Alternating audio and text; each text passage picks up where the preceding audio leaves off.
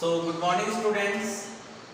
Today we will continue the same chapter number 10, the sermon at Banaras. In the previous video we have discussed about the introduction and summary part and some part of the text.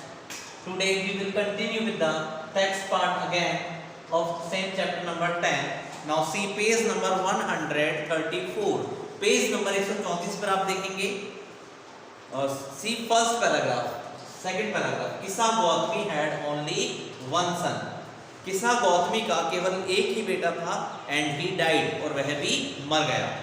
In her grieve, अपने कष्ट को लेकर, she carried the dead child to all her neighbours, वह अपने मृत बच्चे को लेकर सभी पड़ोसियों के यहाँ गई.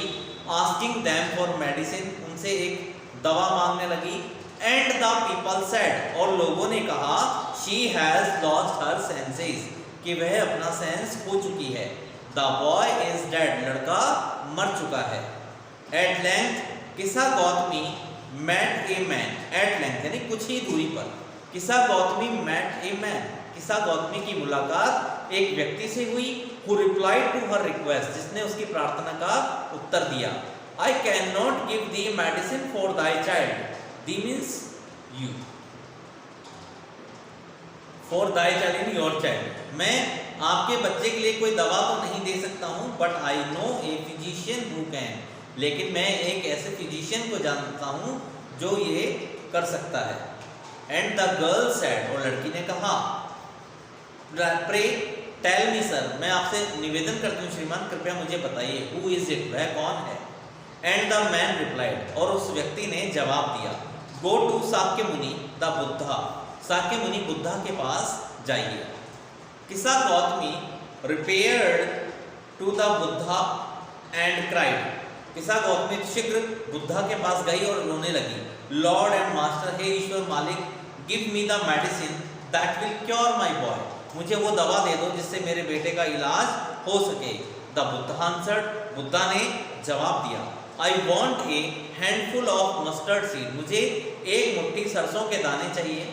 And when the girl in her Joy promised, जब लड़की ने खुशी से ये वादा किया, टू प्रोक्योर इट, कि वो इसे लाकर देगी.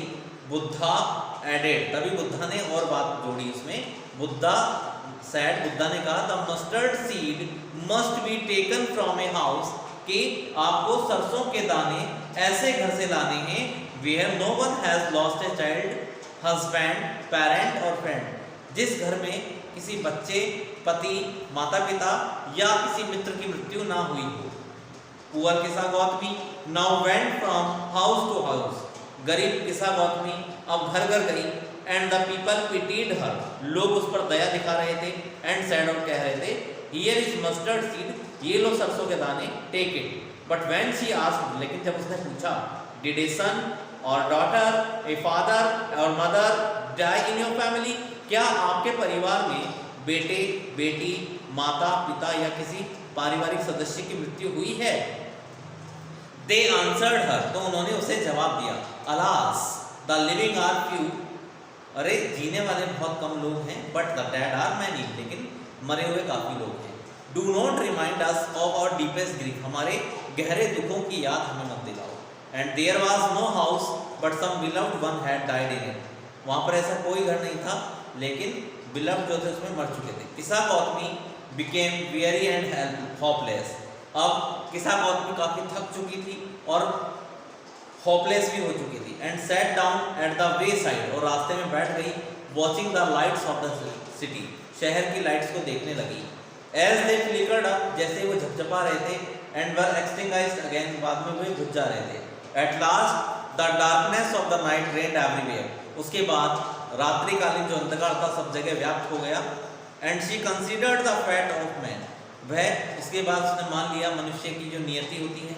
And their life flicker up, कि उनका जो जीवन होता है वो भी झपझपाता है. एंड आर एक्सटिंग्विश्ड अगेन, अंत में वो समाप्त हो जाता है. And she thought to herself, इसलिए उसने अपने बारे में भी सोचा, how selfish am I in my grief, मैं अपने स्वार्थ में कितनी, मैं अपने दुख में कितनी स्वार्थी बन गई थी. Death is common to all, मृत्यु तो सभी के लिए समान है. Yet in this valley of dissolution, इस दुख की घाटी में देयर इज ए पाथ, एक रास्ता है. that leads him to immortality, who has surrendered all selfishness, जिसने इस पूरी स्वार्थपरता को त्याग दिया। The Buddha said, बुद्धा ने कहा, life of mortals, नश्वर व्यक्ति का जो जीवन है इस संसार में स्ट्रबल, परेशानियों से भरा है, ब्रीफ संक्षिप्त है, एंड कंबाइंड विद पेन, दुख से मिला जुला है। For there is no any mean, ऐसा कोई माध्यम नहीं है, by which those that have been born can avoid dying, जिसमें वे जो लोग पैदा होते हैं वो मरने से बच सकते हैं। आफ्टर रीचिंग ओल्ड एज, वृद्धावस्था में पहुंचने के बाद, there is death of such a nature on living being, एक स्वाभाविक रूप से सभी जीवित मनुष्यों की मृत्यु होती है। As ripe fruits are early in danger of falling, जिस तरह से पके हुए फलों को जल्दी गिरने का खतरा रहता है, सो मॉर्टल्स व्हेन बोर्न, जब नश्वर व्यक्ति पैदा होते हैं, are always in danger of death, उन्हें हमेशा मौत का खतरा बना रहता है। As all earthen vessel made by the potter end in broken, जिससे कि सभी प्रकार के मिट्टी के बर्तन जो कुम्हार के द्वारा बनाए जाते हैं वो टूट जाते हैं। So is the life of mortal, ठीक उसी प्रकार नश्वर व्यक्तियों का जीवन। Both young and adult, both those who are fools and those who are wise, सभी जवान और बूढ़े, व्यस्त, मूर्ख और बुद्धिमान, who all fall into the power of death, वे सभी मृत्यु की ताकत के शिकार होते हैं। आर सब्जेक्ट टू डेथ, और उनका मृत्यु सुनिश्चित होती है। Of those who overcome by death, वे लोग जो इस मृत्यु पर काबू पाते हैं, डिपार्ट फ्रॉम लाइफ, जीवन से वे डिपार्ट कर जाते हैं। A father can not save his son, एक पिता अपने बच्चे को नहीं बचा सकता है। नॉर किन्समैन देयर रिलेशंस माँ, while relatives are looking on and lamenting deeply, जब रिलेटिव्स देखते हैं और बहुत गहरा दुख व्यक्त करते हैं। By one mortals are carried off, जब किसी नश्वर व्यक्ति को ले जाया जाता है। Like an ox that is led to slaughter, एक ऑक्स जिसे स्लॉटर पर ले जाया जाता है। So the world is afflicted with death and decay, इसलिए ये पूरा संसार पीड़ित है बीमारियों और दुखों से, नश्वरता से। Therefore the wise do not grieve, इसलिए बुद्धिमान लोगों को कभी दुख नहीं करना चाहिए। Knowing the terms of the world, अगर वे संसार की प्रक्रिया को जानते हैं तो। From not from weeping not from grieving will anyone obtain peace of mind, रोने धोने से या दुख मनाने से कोई भी मानसिक शांति प्राप्त नहीं कर सकता है। ऑन द कॉन्ट्रेरी, इसके बावजूद, his pain will be the greater, उसका दुख बड़ा होता है। his body will suffer, उसका जो बॉडी होता है वो पीड़ित होता है। he will make himself sick and pale, वह दुखों के कारण अपने आप को कमजोर और बिल्कुल फीका सा बना लेता है।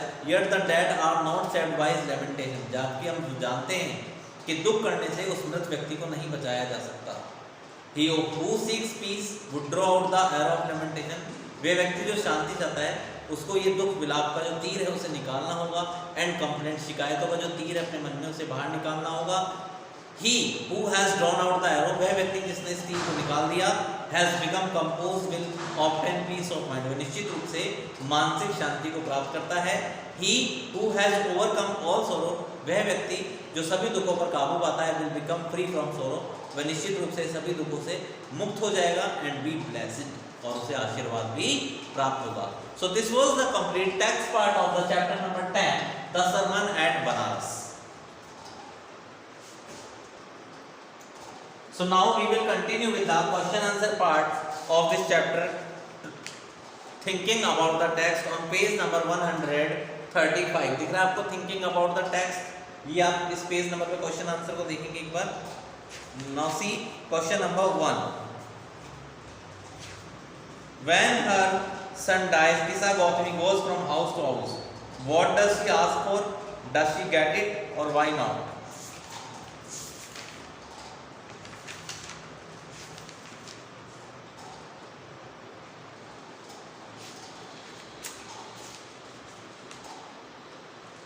Yes. Now see.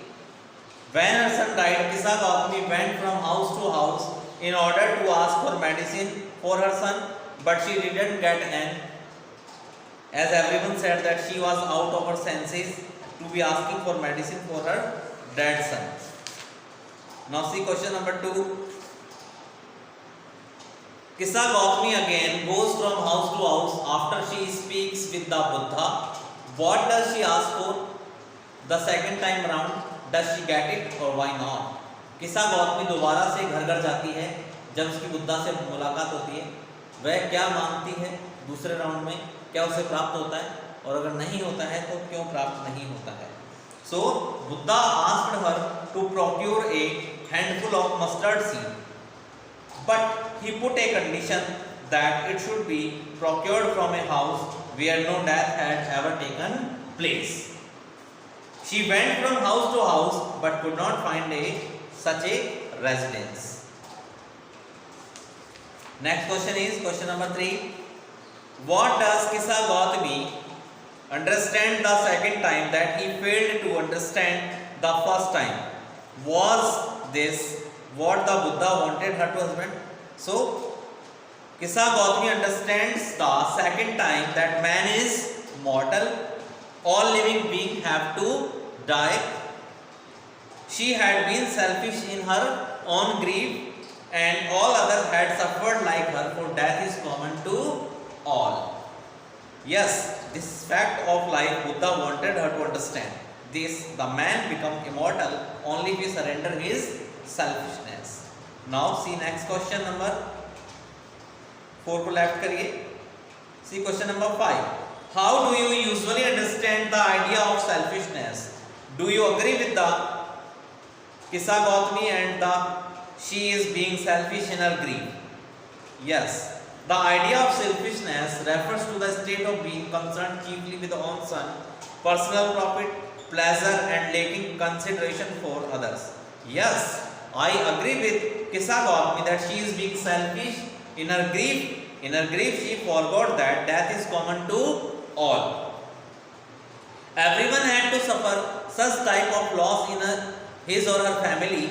Thus Kisa Gautami became selfish and tried to fulfill the condition that was impossible. So this was the complete question answer part of this chapter. अगर आपसे इसमें कोई important question पूछा जा सकता है on value based question, then it can be asked. See, the life of mortals in this world is troubled and brief and combined with pain. With this statement of Buddha, find out the moral value that Kisa Gautami learnt after the death of her child. So, Kisa Gautami lost her son. In her grief, she carried the dead child to all her neighbors, asking them to provide medicine for her son. A man suggested her to go to Buddha. Buddha asked her son to bring a handful of mustard seed, but she could get it from a house where no one had died or no one had lost any near and dear one. But she could not get any house such as this and hence was unable to get the mustard seed. Only then the Buddha made her understand that life is of mortal in this world is troubled and full of grief and combined with pain. No, now Kisa understood the reality of death. She understood death. Death is common to all of us. Then she realized the fate of men, that their lives flicker up and are extinguished again. Now see next question. The world is afflicted with death and decay. Therefore the wise do not grieve, said the Buddha. Expand this thought, revising Kisa Gautami's experience when she asked the Buddha for a solution. So now see answer. When Kisa Gautami went to the Buddha for the medicine to revive her boy, the Buddha told her to procure a handful of mustard seeds from a house where no one had died. Kisa Gautami went from door to door requesting mustard seeds. People pitied her and gave her the seeds. She then asked them if anyone in the family had died, and then answered that many were dead in the house, and it aggrieved them to remember those dead people.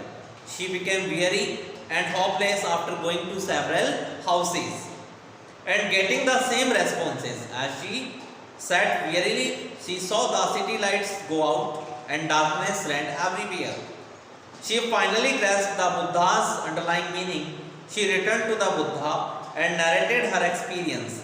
Thereafter, the Buddha sermonized her that the life of mortals in this world is troubled and painful. and the world is afflicted with death and decay. So there is no point in grieving over something which is inescapable. So this was the complete tax and question answer part of this chapter. In the next video we will continue with the next chapter. If you have any doubt or any confusion in this chapter, then you can call me or text me on my personal number. Till then, thank you very much.